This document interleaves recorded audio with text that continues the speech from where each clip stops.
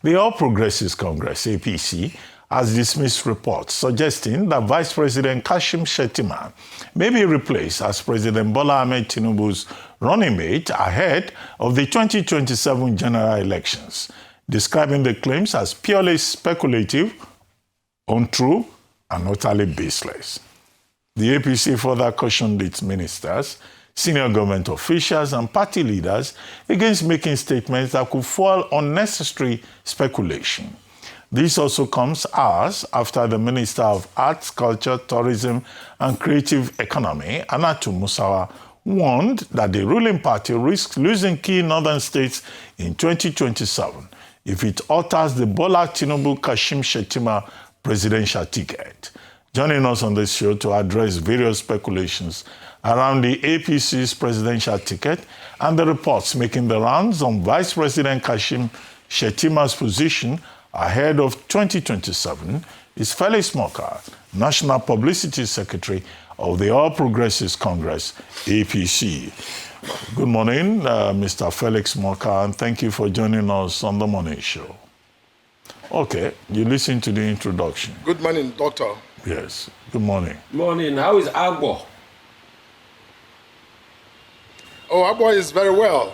The great kingdom of Agbo. Yes, sir. We're doing very well. My regards to our revered Dean. My regards and my love to him. Anyway, Absolutely. Mr. Morka, let's talk about the business of the day. Now, and it is as follows. You've been quoted as saying that ministers and party officials should face their duties and not speculate about whether there's going to be a Tinubu Shettima ticket or not, because you say it's speculative. So is it that ministers serving under the APC government do not have the right to express themselves, to express an opinion? Is that meant to be a gag order? And that is with regard to what Minister Musawa said about how strategic a Tinubu Shettima ticket will be in 2027. The second point is that you were also addressing the media, saying that media houses should stop quoting sources, should stop giving platform to people. Where did you derive that authority from to dictate to media houses what they should consider important as news? I'd like you to educate us about how party spokespersons now can dictate to journalists. Thank you very much, Doctor, for having me on this show. First of all, yes, I did issue a statement yesterday where I basically, tried to let Nigerians understand that the groundswell of rumors and speculations around the Tinubu Shettima ticket, whether or not the Vice President was going to make the 2027 ticket, was not coming from us, was not something that we put out there. Because first of all, Doctor, I'm sure you understand that this is the ordinary times. The prohibition on political activities is still in force. So our party is not engaging the question as to tickets and who will be on the ticket. We have a 7th president and a 7th vice president today. So we have yet to activate our systems, in accordance with INEC's, guidelines and regulations, to engage that conversation. So, but that for quite some months now, this matter has been in the public space, discussed, debated, and it assumed a new dimension when recently specific names were, suggested, were put forward in circulation in the media as possible replacements for the vice president. Now, we're a political party, and so to make sure that Nigerians are not mistaken these rumors and speculations as emanating from our party, we had to make that clarification. Now, to your second question about whether or not we or the spokespersons of parties have the right to say anything to the media. Doctor, look, you of all people, every day, even on this show this morning, you speak very clearly to governments and political authorities about what you believe they should do or not do. If you watch the language I used, I never said anything about dictating to them what to do or how to practice their profession. All I said was that we urge, media organizations not to lend their platforms to this sort of, rumor mongering. Because, look, we all have mutual interests in making sure that we do not, at this stage, overheat our polity. And that information that is coming out is credible, and the media has a responsibility. Remember, don't forget that I'm a human rights lawyer, and I understand the rights of, the press freedom, the significance of it, and the ramifications of it. I don't toy with it, not me. And, so I wouldn't say that. But all I'm saying is that we all must be reminded of our duty in our democracy. Whether you're politicians or spokespersons or journalists, we must, I think, be attentive to the good that we all are called upon to serve, on the platforms of our professions. Okay, all right, so let's look at the merit of what she said. That's an Honorable Hannatu Musawa. Even though you have said that it's speculative, but I'd like you to put the record straight. And it's not just speculative. From the meeting that was held in the northeast zone of the country, whereby there were endorsements being made by some of your party members with only the president being mentioned. These were some of the reasons for concern. And then some people have also said that, oh, well, based on the designation of Nigeria as a CPC, one of the concessions the APC will make, also in fairness, in the spirit of fairness and equity, is to bring on a Northern Christian. Is there any weight or credence to these positions? You see, what you're referring to that happened in the Northeast and elsewhere, quite frankly, are events where party members came together to affirm their confidence in the president for the job he's doing, and propose then that they will provide support to him for his re-election. Those are just legitimate party activities. Now, in ordinary times, the president is the one who is really at the head of the ticket. The position of vice president, when the time comes, is liable to conversations at the party level, for decisions as to who becomes vice president. So when they endorse the president, in my understanding, that constitutes an endorsement of the serving vice president as well, whether or not his name is listed. Because, on the ballot, the president is the one who is, at the head of that ballot. So it didn't mean that the, specific mention of the president without the vice president would suggest then that there was some intent to sideline him or to remove him or to replace him. That is not the case. It's just the normal functioning of the political process. Well, the people didn't seem to think so, Mr. Felix. Mr. Morka, the people didn't seem to think so. There was a protest. In fact, it almost became it became quite chaotic because they opposed the fact that the president was mentioned. It was in their own zone and they didn't mention his name. So I think it's not easy to just dismiss that and say that, oh, because it's a joint ticket. The president has already been highlighted in the past as governor, has had opportunities to change his deputies. And so it's not moving away from trends and what he's done in the past. But that's exactly why this is all very speculative. If you're using the past practice or the past events associated with the president as a yardstick to now decide and to float these rumors and speculation that necessarily he now intends to change the vice president. That is exactly why it's speculative, because that's not factual. And that's my point, Ayo, that we all need to just profile these things, because you see, these are matters that are also very sensitive. You just said that during that event in the Northeast that there were some skirmishes or protests in that hall. Now I tell you, I addressed that frontally. The party in the Northeast, the party addressed that head on to clarify for them. And the moment that people understood that that was not, a telegraph to suggest anything untoward, but that it was simply just the way it is. That the model they used for that meeting was following the format of the, what you would have typically in an election, model. That it wasn't directed at the vice president. They understood it, and that was why you didn't hear anything further about that incident. And people, just got a perspective and got information, and I think they were fine. So look, all we're saying is that when the time comes, some of the other reference you made about whether or not our party, is in touch or in tune with some of the expectations, that we will think and rethink and rethink. When the time comes, we will empanel all of our organs. Okay, just very quickly before Fry comes in. Mr. Morka, you keep saying when the time comes. But if the time hasn't come, we've seen many governors, endorsing the president. So it seems like for the APC, the time has already come.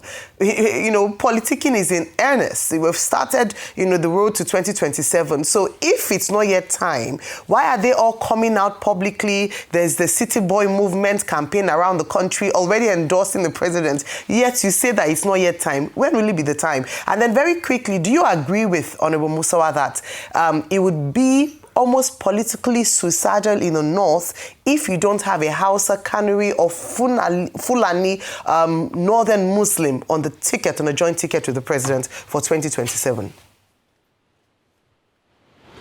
I think you're conflating quite a few things that are different, related but different. When people look, if I, as I am on this show, and I pass a vote of confidence on the morning show team, that you guys are doing a fine job, how does that become, govern the Arise management, whether or not to give you a promotion tomorrow? That is not, they're two separate things. I'm merely expressing my commendation for you and saying that, look, you know what, I think Arise management should consider elevating those who are on this show because they're doing a fantastic job. That is different from the statutory process of primaries, where the party is empaneled with the authorized people to make decisions for the party. That is a separate process. And, yes, one may be related to the other, but one is simply expressions of, opinion, commendation, vote of confidence, endorsement. One is the system of primaries that is statutory, that you cannot, waive. There are systems and procedures and there are regulations overseen, supervised by INEC, the Election Management Authority. So there are two separate systems, and we shouldn't conflate them. Okay, a couple of things. I have a long one for you, and I will go precept upon precept because there are a lot of matters on ground. So, I don't know if you know, there was a judgment delivered on the 12th of August 2024 by Justice Sika Prioko in favor of the Emeka Beke executives. The decision of INEC to extend the tenure of all executives elected on October 16, 2021. And there's another suit PHC 385CS 2024, delivered by Justice Obamu, that the correspondent and activities carried out on behalf of APC by Mr. Tony Okocha in contempt of court and null and void. So, do you have any judgment that contravenes all of these judgments? And if you have, can we get the evidence? That's in relation to the Rivers case. You just asked me about court judgments. Can you connect it to, events in my party so I can properly... Yes. It's based on the Rivers case in your party. The factions, the fact that they are saying the Tony Okocha faction is not viable. And this is going back to the back and forth you had with Darlington Nwaju. What they claim is the fact that they have a judgment that says they have bona fide. And that if you have any other judgment that counteracts their bona fide, that if you want to bring it out, we would like to see it or quote it. Okay. Yes. Rufai, see, now it is true that the Beke-led executive committee of the party in Rivers State was dissolved by the party, by the appropriate organ of the party. And a caretaker committee was constituted in its place, led by Chief Tony Okocha. At the expiration of the full term of that caretaker committee, a congress was conducted by the party that also led to the birth of the new executive committee of the party in the state of Rivers, again headed by Chief Tony Okocha. Now, Beke, Darlington, and some of the individuals were part of that ESCO that was dissolved. And in the meantime, there's been that intervening tenure of the caretaker committee and now the substantive tenure that is still subsisting of the elected ESCO from that Congress. Now, you refer to court judgments. Don't forget that I'm a lawyer. I'm a senior lawyer for that matter. Now, when a court gives an order, if barring appeals against that decision, that court is required to enroll that order and trigger its enforcement mechanisms to enforce the order and to secure compliance with that judgment or that order of court. Judgment of court is not what the court enforces, it's the enrolled order. Because out of the judgment, there are many things the courts will say, but it is the specific orders that require compliance that the court will enroll and then seek to enforce against a party, on the other side, the defendant perhaps. Now, listen, I am not the national legal advisor of my party, and I can't sit here now and tell you what has transpired or what is transpiring. But what I do know is that the National Working Committee has not said or done anything to upset the outcome of the Congress that is subsisting. So what that means and what that leads, to, even without reference to anything, is that, whatever process that are in court, it's still incoherent, it's still ongoing, inconclusive yet, maybe because of the appeals that are pending on that matter. Whether there are stays of execution or whatever, I don't know, I'm not the lawyer litigating that matter. But the point is that it just means that the party has yet to, the courts, and that judgment has yet to reach that enforceable level where the party is required to do anything or to change its position. But so that's the position. But the judgment I quoted pretty much, nullified the Congresses you're making reference to, and that was the judgment I quoted. So that's why I was asking you if there was another superior judgment, like an appeal to those judgments. So as we speak now, let me just get a straight answer from you before I move on to other things. That means you don't have any court of appeal judgment or any other judgment nullifying this judgment I have quoted as we speak today as regards the Rivers matter? Yes or no? Or you don't know of any? I've not said that, and that's really not my primary concern. My concern is that, what I'm telling you, that the appeals, whatever judgments that are relevant to this matter. So where's the appeal? Quote the appeal. In the appeal system. No, quote the appeal. They're really inconclusive. So just tell us about the appeal. Is there any appeal? Just confirm to us. Is there any appeal as regards this case? Okay, if you can't answer on that, let me move on. I mean, you don't have coherent answers on that. Let me move on. As regards the assembly matters, there's a debacle between the governor and Wike in Rivers State. As regards the assembly members, now, I'm just seeing a story making the rounds that it has tilted towards the loyalists. The assembly members to fill up the seats, that were vacant in Rivers State. It has tilted towards the loyalists of Wike. Some sources are telling me that it was pretty much from above that they said, they should leave it for the Wike loyalists. Is it to mean that your party cannot stand with Fubara in this fight, despite the fact that it's defected to your party?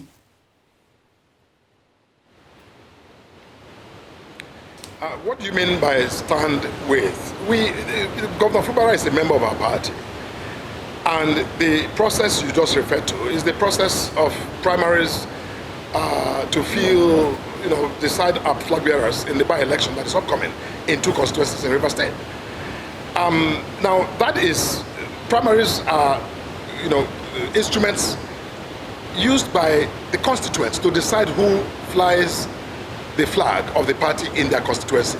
Parties don't dictate that on behalf or in favor of one person or the other.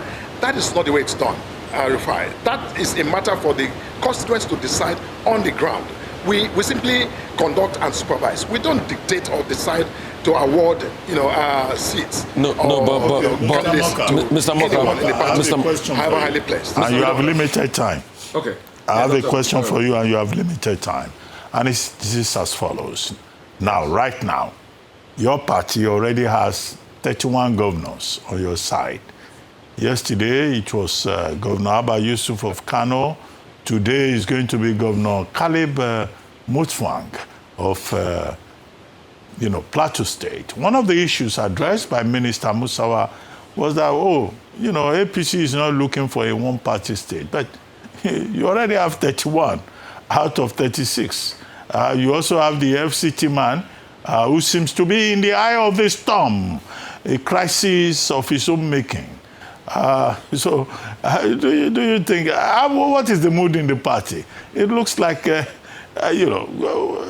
people have already won the election. Should we still bother about 2027 general elections? Or we should all just go home and say, well, APC has already settled the matter? Doctor, let me remind you that the People's Democratic Party that you're very familiar with, at some point in our history, governed Nigeria by about the same number of governors. And I don't think, I was very active in the political world at that time, and there was no specter anywhere about, one-party state, because at that time, the PDP had those numbers of governors. And that's not the case now. And I think we shouldn't equate the people joining our party with that mode. Look, what you're seeing is governors who are deciding to join our party to identify with, this resurgent Nigeria that this president is clearly positioning Nigeria to be. And I think that that's a good thing. But we are happy, we are excited about people who join our party. We cannot be gatekeepers to filter out or decide who comes and who doesn't come. If we did that, you will also on this show, seriously interrogate me about why we are, fending people away. So we don't do that because it's undemocratic. And I think that ultimately, democracy, throws things which sometimes we don't appreciate, may be difficult in the moment, but that's the nature of democracy. And we need to, flow with the fullness of the democratic idea. Okay, on that note, we'd like to thank you very much, Mr. Felix Morka, for joining us on The Morning Show.